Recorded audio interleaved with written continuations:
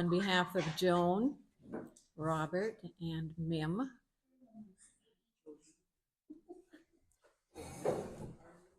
and Jody, I want to thank all of you for coming out. Just a bit of housekeeping, and that is for those who are not familiar with the facility, washrooms are that way. And we are going to save the storytelling that you have until the fellowship time at the end. The reason for this is partly because Nick connected to folks one-on-one. So when you share your story, you're going to share it with one or two others, because your presence in his presence was most important. Now I need to thank also Debbie Justice Brown at the keyboard, and my sister Nancy, the other licensed lay at Vermilion Bay United, for helping us help Joan put this together today. So we begin. First up, we have Nancy is going to read the obituary.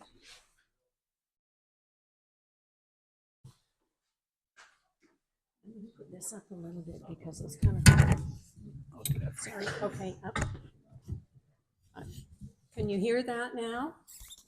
I wasn't sure if you could hear. I hardly heard Julie, so good. And for those of you that like to follow along, it's on the back, but I think it's nice just to listen and hear about this person, Nick, that we all knew. Nick died on February 24th, 2025 at Dryden Regional Health Center following a courageous battle with cancer. He is survived by his loving wife, Joan, born day, of 61 years, and his much beloved children, daughter Jody Penner and son Robert Rusnak and partner Alicia. His cherished grandchildren, Gus, partner Danny, and Connor Bailey McLaren, and Gwyneth Taha Rusnak Khan, Chloe Rusnak. His favorite and only grandson, Jasper Rusnak, and his siblings, Michael Rusnak, Nancy McCary, and many nieces and nephews. Now, I didn't know that Nick was, I did know he was a middle child, but I didn't know that there were 11 altogether.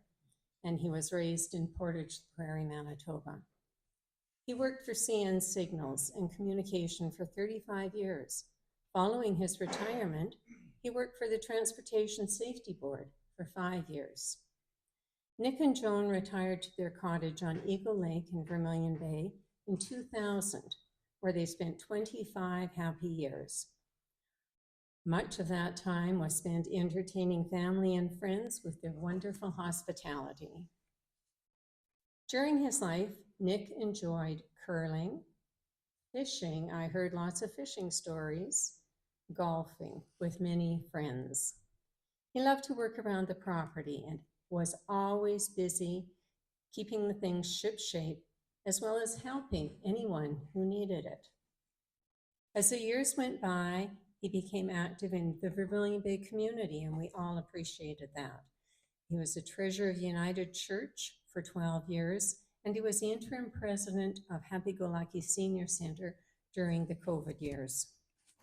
In 2023, Nick was diagnosed with cancer and spent the next year and a half traveling to the oncology department in Dryden, where he became a favorite of staff and he received excellent care. In lieu of flowers, the family would appreciate donations made to Dryden Regional Health Center.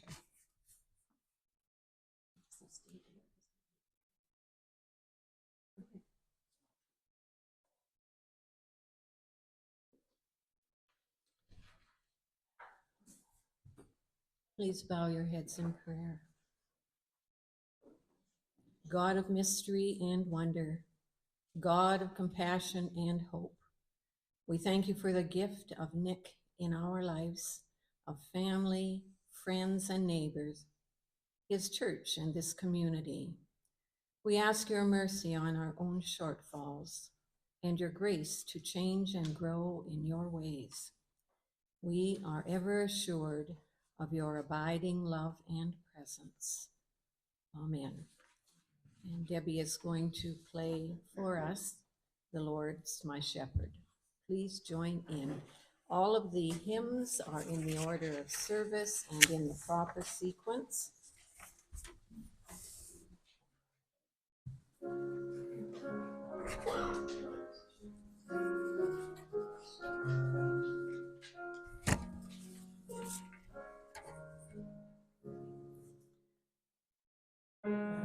Lord's my shepherd, I'll not want. He makes me down to lie in pastures green. He leadeth me the quiet waters by.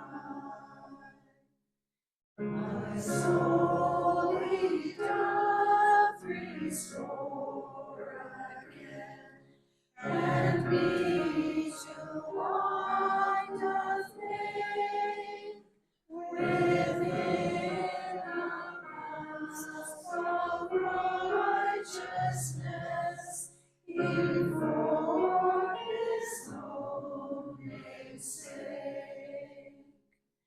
Yea, though I walk in death's dark vale, yet will I fear no ill, for thou art with me, and thy rod and staff me comfort still. My table thou hast furnished in presence of my foes. My head thou dust with oil and wine, and my cup overflows. Goodness and mercy all my life shall surely follow me, and in God's house forevermore my dwelling place shall be.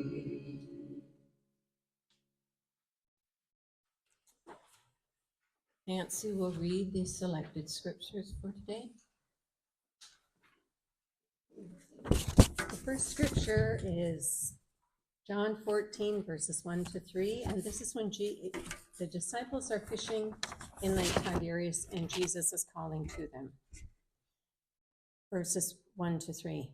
Do not let your hearts be troubled. You believe in God. Believe also in me. My Father's house has many rooms. If that were not so, would I have told you that I am going there to prepare a place for you? And if I go and prepare a place for you, I will come back and take you to be with me, that you may also be where I am. And the next reading is from John 21, verses 6 to 8. And this is, hey, I got that backwards. The first one was Jesus and his disciples at the Last Supper. The next one was fishing. Jesus said, "Throw your net on the right side of the boat, and you will find some." When they did, they were unable to haul in the net because of all the large fish. Then the disciple whom Jesus loved said to Peter, "It is the Lord." As soon as Simon heard him say, "It is the Lord," he wrapped his outer garment around him, for he had taken it off, and jumped into the water. The other disciples followed the boat, towing the net full of fish, for they were not far from shore, about 100 yards. And the last reading is from Romans, the letters that Paul wrote to the Romans of God's love. For I am convinced that neither death nor life, neither angels nor demons, neither the present nor the future, nor any powers, neither the height nor the depth, nor anything else in all creation will be able to separate us from the love of God that is on Jesus Christ our Lord. Thanks be to God for these readings.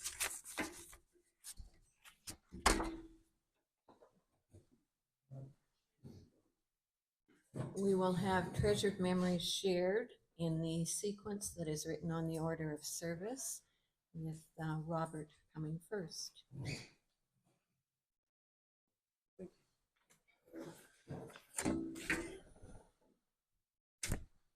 I'd like to start by saying thank you all for attending today. My name is Robert Rusnak, son of Nicholas and Joan. There are many memories of my father that I could share with you today regarding our relationship, but that would take quite a lot of time only due to the fact that he committed so much of his time to it. In my younger years, the trips camping to Wanapagao Lake constantly have improved, from tents and old fishing boat with a motor from the 50s, to finally a new truck, camper, boat, and motor, of course, to teach the kids how to water ski. This happened quite often during the summers, and goodness knows I would have been hard pressed to come back from work in northwestern Ontario to Winnipeg each Friday, get everything ready to travel again with the whole family for the weekend, then get back and get ready for work in Ontario again week after week. He made sure I was set up for hockey in the winters. It was hard when he was out of town for those times, but I like to think he was proud that his son had a competitive gene. My friend, Richard Fournier, across the back lane of our Wickham Road house in Winnipeg, had acquired a dirt bike. So I made my plea to my parents, and Dad decided to treat me to a very nice beginner Honda. He then spent the time to take me out where I could ride it legally. This kind of commitment to family and friends was such an excellent example. In life, when things get difficult and I am struggling, I always ask myself, what would Dad do? He committed to everything he tackled. I will quote my cousin Brad Rusnak, who also lost his father, Dad's brother Ron. I guess there's a heck of a party up there now. In closing, I had the utmost respect for my dad, and I'm grateful for the times we had. I love you, and I know you're doing all right up there. We will meet again and rejoice for it. I love you, Dad.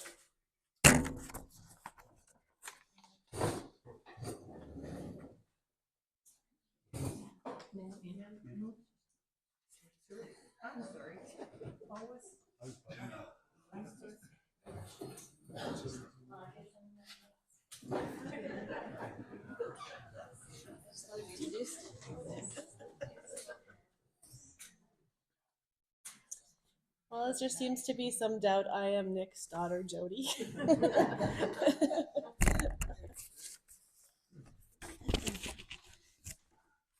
My dad, Nick, was amazing to me all my life. My dad could climb the tallest mountains. My dad could cross the biggest ocean. Well, at least Eagle Lake. My dad could ford streams, catch the biggest and most fish, fix or build anything you could dream up. My dad could beat your dad up with one hand tied behind his back.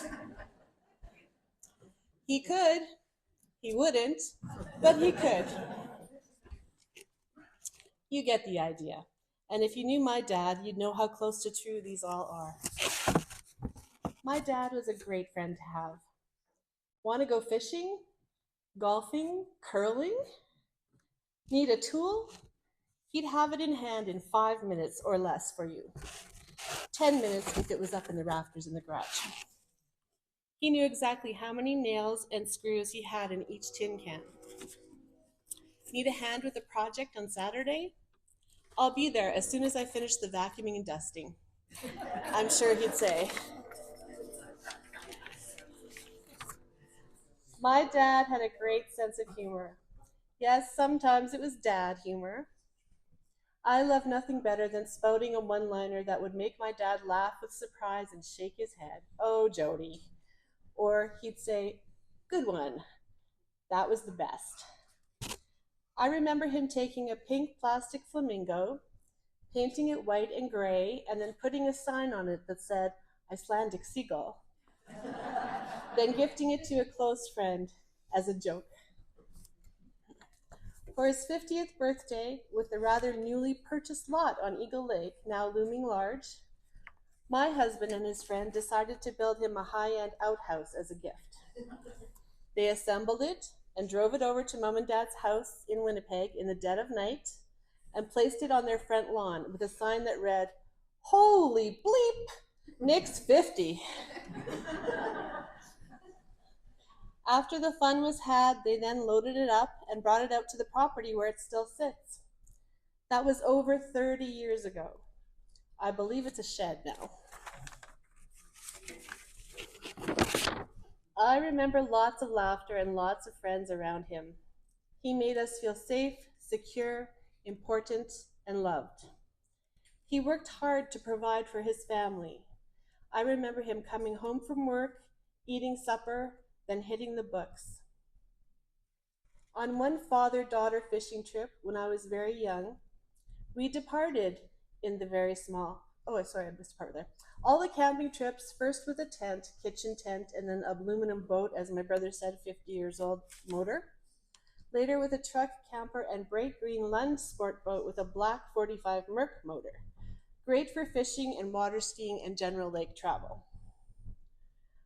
On one father-daughter fishing trip when I was very young, we departed in the very small fishing boat. I recall getting caught in a rain squall. Dad parked the boat under an overhang of roots and dirt. We ate our lunches Mom had packed, rain pouring all around us. We were perfectly dry. At the same time, a real storm began. Wind, lightning, thunder, and big waves. Somehow we ended up in a bay with logs floating all around us, and Dad decided to be safe we should land the boat on a nearby shore. Mom and Robert were back at camp with a tent. No cell phones back then. Dad tied the boat to a tree and began to think about shelter and a fire for us. That was him. No panic, just the problem at hand to be solved and executed with his young daughter at his side. Fortunately, at that point, a power boat came by and picked us up. Mom must have been relieved to see us when we got back. We probably bought the bigger boat right after that.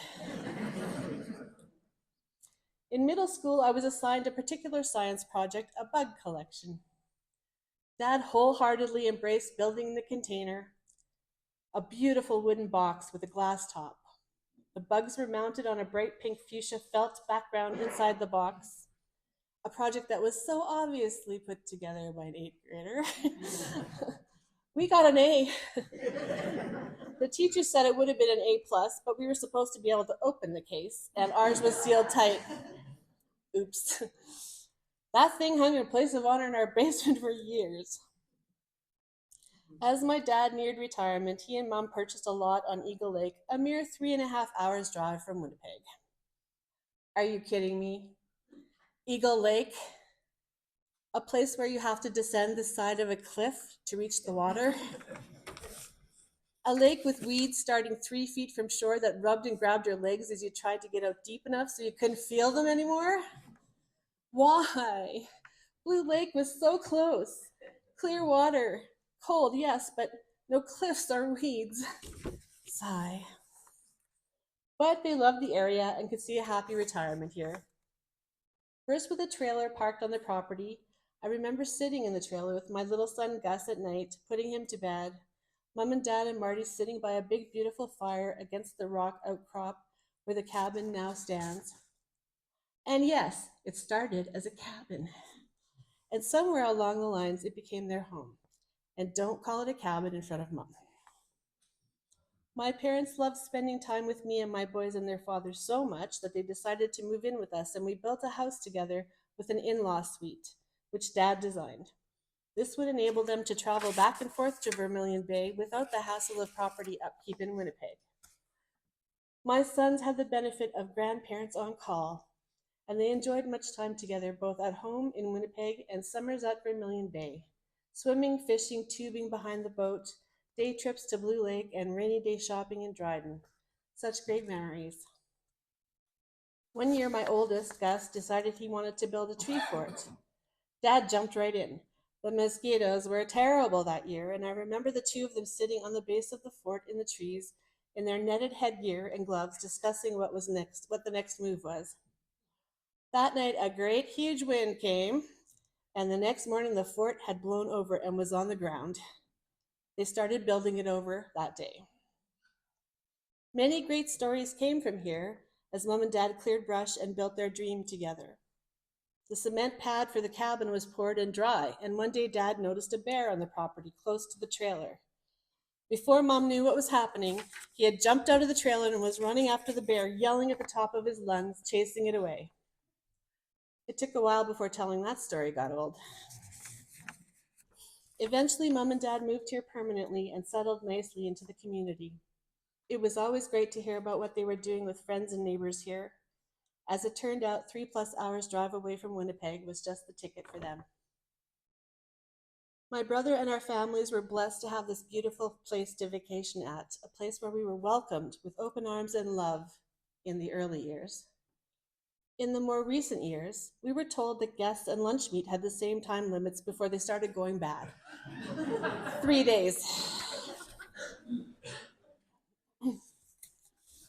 When cancer reared its ugly head in our lives, Mom and Dad met it with the same determination and strength they had always lived by.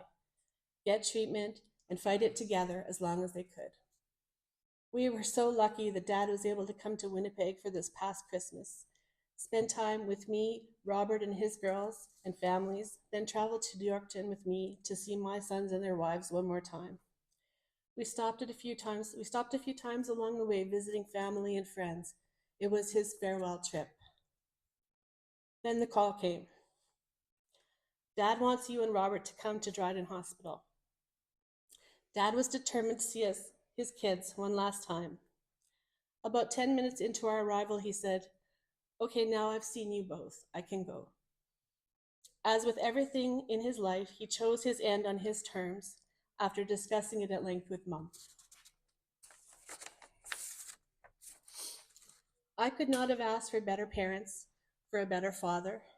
He was strong with a tough exterior, but as his daughter, I got to see his soft, loving heart and tender, squishy inside too. A week ago, Mom and I had some banking to do in Winnipeg. In some cases, I have heard that people who have had loved ones pass end up finding dimes in the oddest places and attribute them to their passing loved one. As Mom and I were leaving the bank, I opened the car door, looked down, and saw a coin. I picked it up and showed it to Mom and explained to her about the dimes. I said, "Wouldn't it be cool if I started finding these all over the place? I would know it was from Dad because it was a nickel."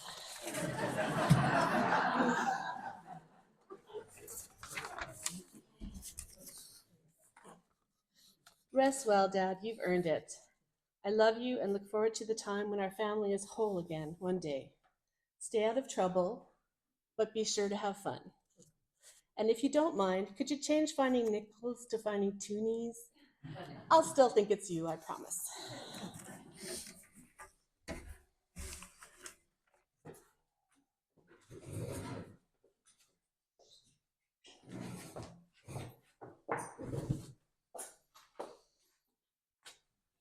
Can you see why I tried to get ahead of her?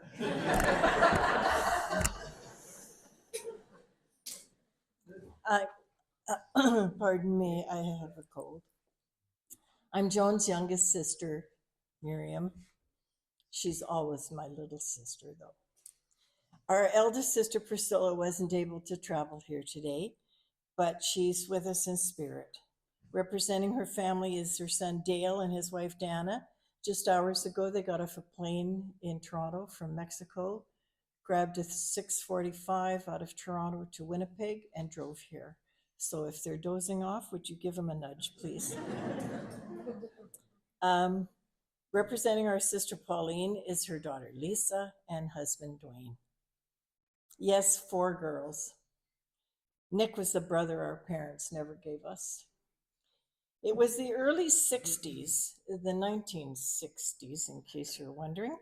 And I was a high school kid working weekends as a car hop. Do you remember them? We had a regular customer. He drove a white 56 Pontiac, double cream in his coffee, thank you very much. His name was Nick. Even though Nick and I weren't really impressed with each other at first, I could see he was a nice guy, a real solid guy. So one Sunday, as I served him his coffee, I told him my sister Joan had just come back from living in England. She was waiting to pick me up. You should meet her, I said. So I brought her out to the car and introduced them, and I never saw my sister again.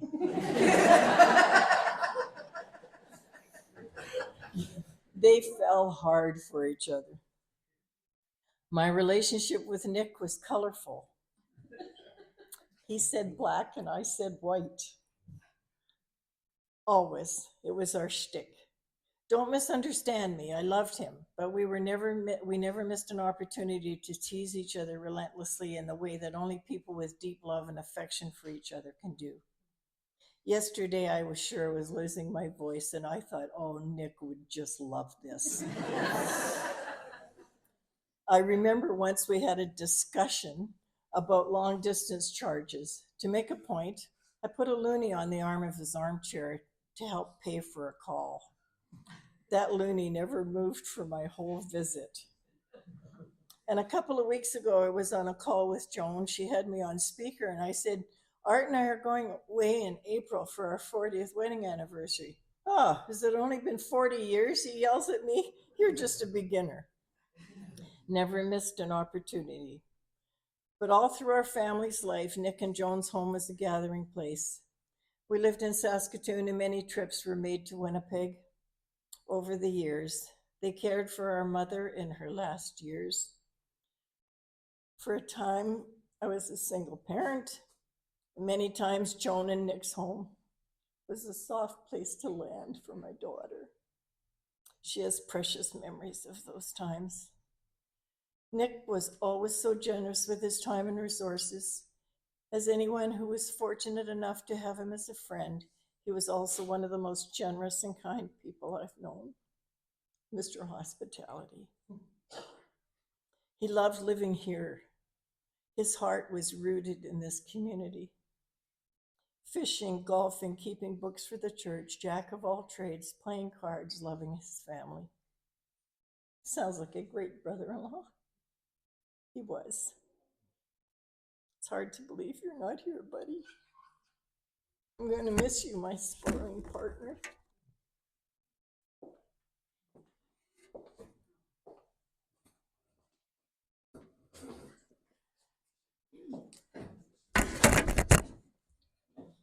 I'm Art, Nick's brother-in-law, Miriam's husband.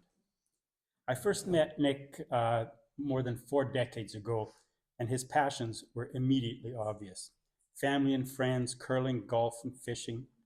Family and friends were obviously first for Nick. The others were prioritized by season.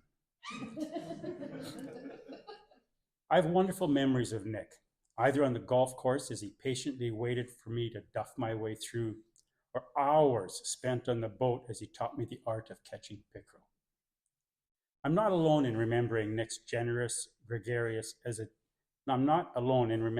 as a gregarious, generous person. Joan and Nick's former neighbors, Sam and Jack Walkie, couldn't be here today, but they sent their greetings in this letter. Dear Nick, we've been thinking of you, Nick, and although we aren't with you, our prayers are. Our time on Eagle Lake was the best. We bought our properties about the same time, built our homes, and enjoyed lake living at its finest. And even in 2015, when we moved to Thunder Bay, we still keep in touch. Our guest room was always there for you when you had medical appointments or traveling through to Southern Ontario. Joan introduced me to Hawaiian pizza from Frankie's. Even when I order it now, I think of you too. Playing cards at our table when Joan and I let you and Jack win a game or two. Thank you, Nick, for being such a good neighbor. I could call on you to help with repairs, taking out or putting in our dock. Just knew you'd be there over with all your know-how and energy to lend a hand. 2 new knees never slowed you down. Such good memories. At dinner, when Jenny would sit at your feet waiting for a nibble that you quietly handed her. We shared some dinners, games of cards, and good conversation. Jack and I want you to know that we couldn't have had a better neighbor or friend. As you rest now, after such a courageous battle, we are thinking of you and sending our love. Sam and Jack, with love.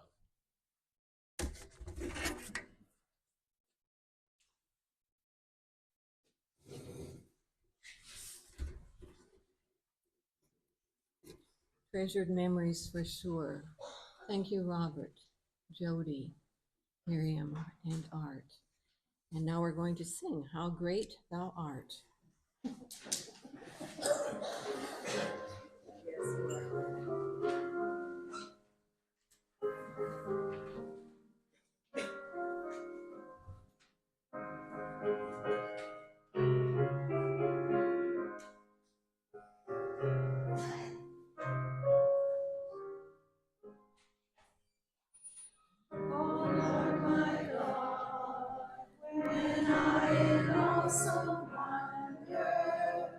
Consider all the works thy hands have made.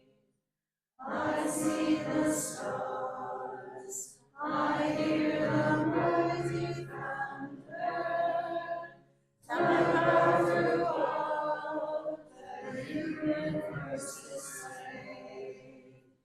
Then sings my soul, my Savior brought to thee. How great thou art, how great thou art. Then sings my soul, my Savior brought to thee. How great thou art, how great thou art. And through the woods and forest glades I wander, I hear the birds sing sweetly in the trees. When I look down from lofty mountain grandeur, and hear the brook, and feel the gentle breeze, then sings my soul, my Savior brought to thee. How great thou art, how great thou art. Then sings my soul, my Savior brought to thee.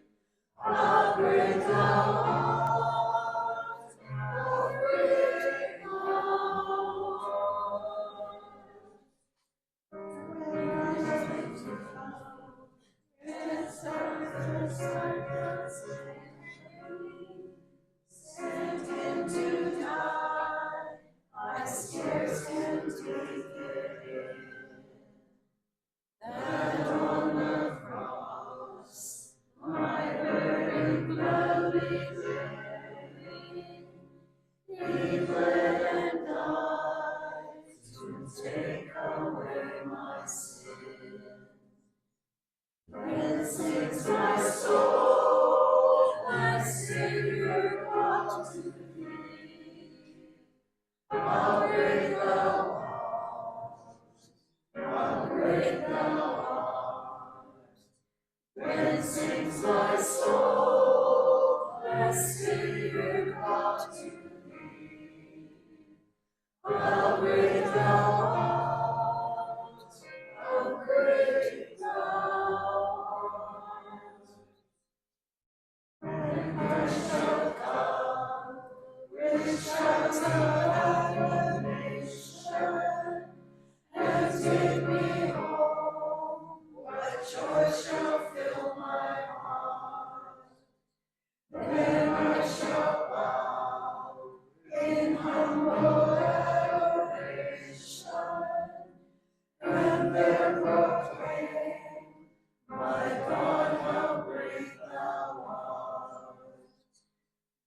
sings my soul, my Savior brought to thee.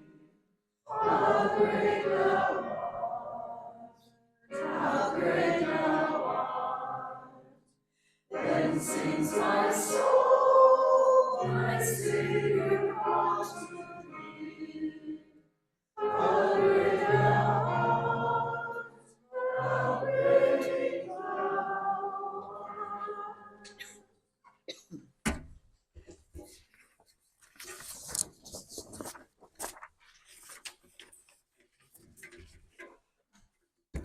It's my turn now to share a few memories. I will not be competing with Jody.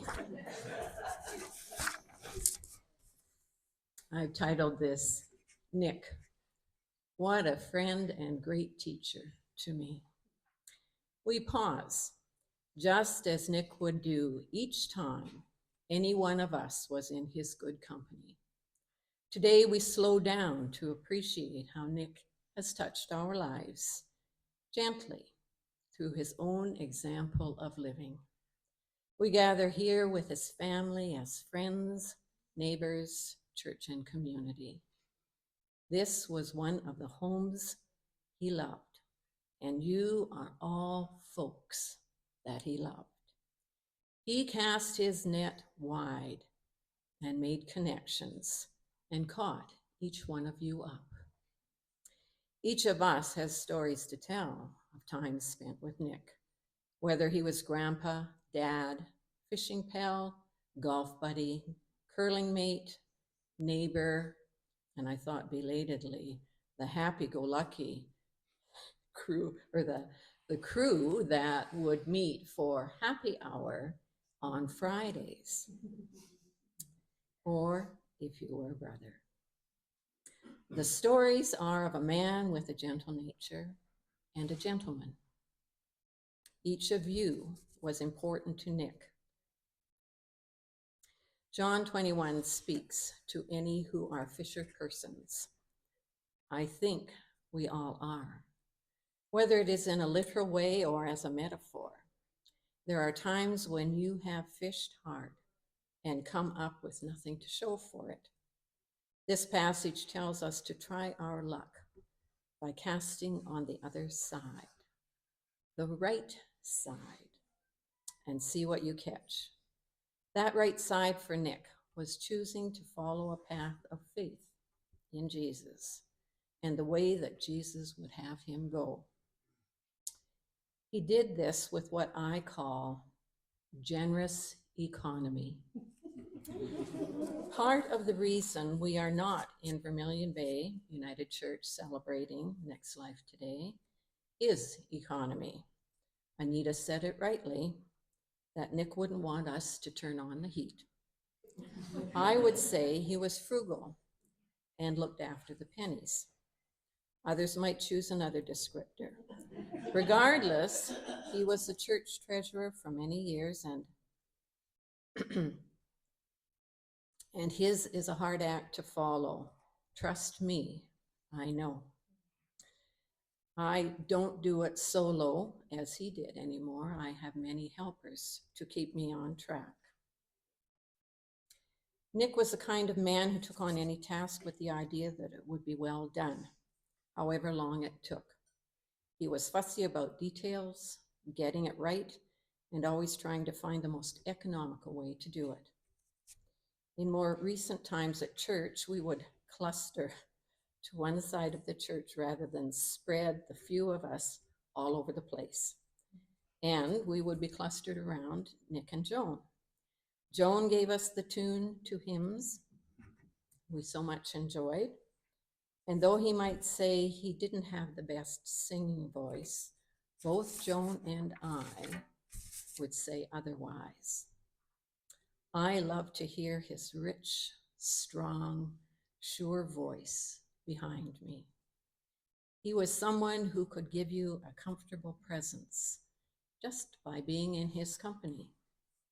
He liked old things. History was a particular favorite of his. And that is one of the reasons Joan has chosen the hymns we sing today. Nick had reminded her often, everybody knows them. Nick liked things neat and tidy. This is a time of year when he would be thinking about washing down the walls at home. Too big of a job for Joan, he dove right in. It was the same at church when we did our spring cleaning days. Nick would bring along his, and Jody is correct, he had the thing for every job, bring along his big mop and have us moving pews this way and that while he swished away the cobwebs and dirt from the past year. Then we were ready to begin our season again. His preparations before Christmas seemed a focused effort to clean house by downsizing so Joan wouldn't have to do it. I stopped in to visit one day. Nick was getting ready for the road trip with all sorts of regifted packages. It made me think of the children's Christmas shopping we do at church. It would have been fun to see the faces of those who received the gifts, because some of those gifts would go to the original giver and others would be a complete surprise. The three of us laughed out loud as he was telling this story. There was always laughter and fun in the company of Nick. For some time, Nick was getting himself ready to go to that place called heaven by some, the place prepared for him and for all of us, the place with room for all. John 14 tells us, do not let your hearts be troubled. Parting with a loved one is amongst the most difficult things that we have to face in life. We mourn the loss of the physical presence of Nick, but he believed that he was moving into the spiritual world and a closer presence to Christ, because he knew nothing could separate us from the love of God found in the model of Jesus' life. This was the path that Nick chose. He was going home. Thanks be to God for the time we have been blessed to have with Nick. We have made treasured memories to last our lifetimes.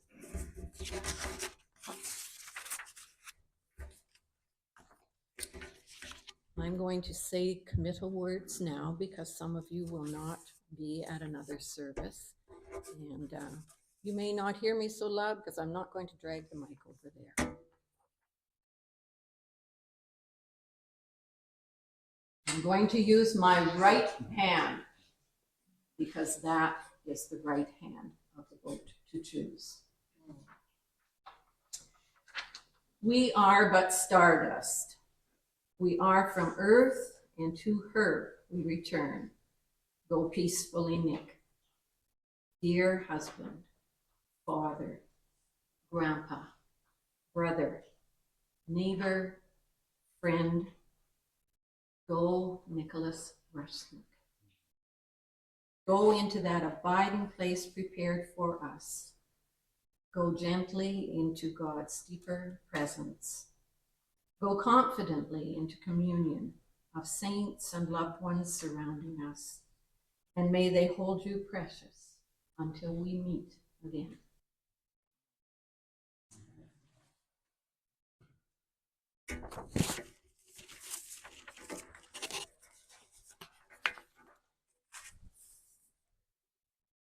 Now we will sing heartily Amazing Grace.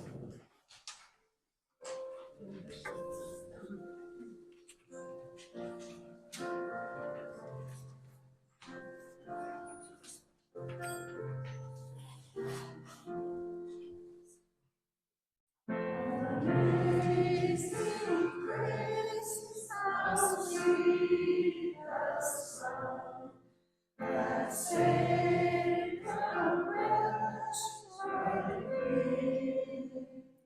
I once was lost, but now am found. Was blind, but now I see.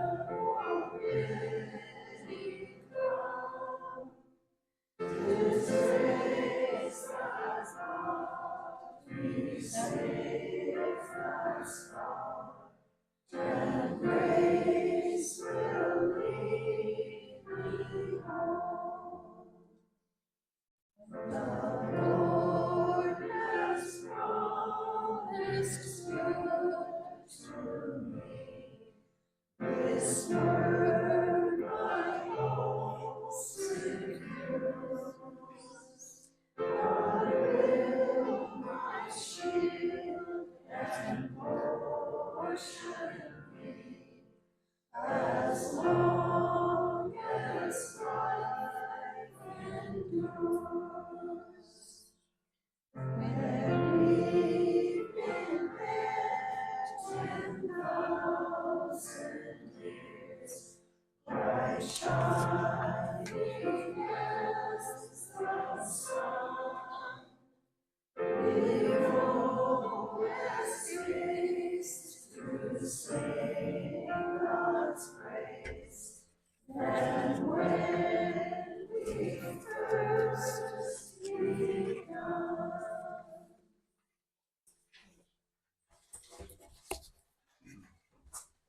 Let us pray. Creator, source of all mercies and giver of all comfort, be gracious, we pray, to those who mourn and to any who live in troubled circumstance, so that as they give all their cares to you, they will know the consolation of your love. Please join now in saying the prayer that Jesus taught. Our Father, who art in heaven, hallowed be thy name. Thy kingdom come, thy will be done on earth as it is in heaven. Give us this day our daily bread, and forgive us our trespasses, as we forgive those who trespass against us. And lead us not into temptation, but deliver us from evil. For thine is the kingdom, the power, and the glory, forever and ever. Amen.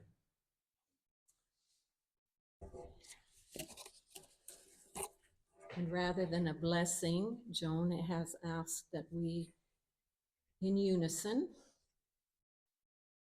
say the new creed. And you say only if you are comfortable with sharing in this. We are not alone. We live in God's world. We believe in God, who has created and is creating, who has come in Jesus, the Word made flesh, to reconcile and make new, who works in us and others by the Spirit. We trust in God. We are called to be the church, to celebrate God's presence, to live with respect in creation, to love and serve others, to seek justice and resist evil, to proclaim Jesus crucified and risen, our judge and our hope, in life, in death, in life beyond death. God is with us. We are not alone. Thanks be to God.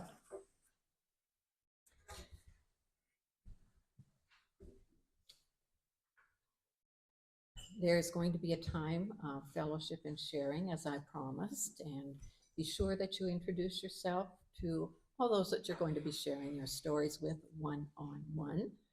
But before we depart for a leg stretch, while preparations are made for that, I'm going to say the grace so that we don't need to interrupt your storytelling wherever you are at. So this is our grace. Gracious God of all creation, we give thanks for this day and this time to celebrate together the life of Nick.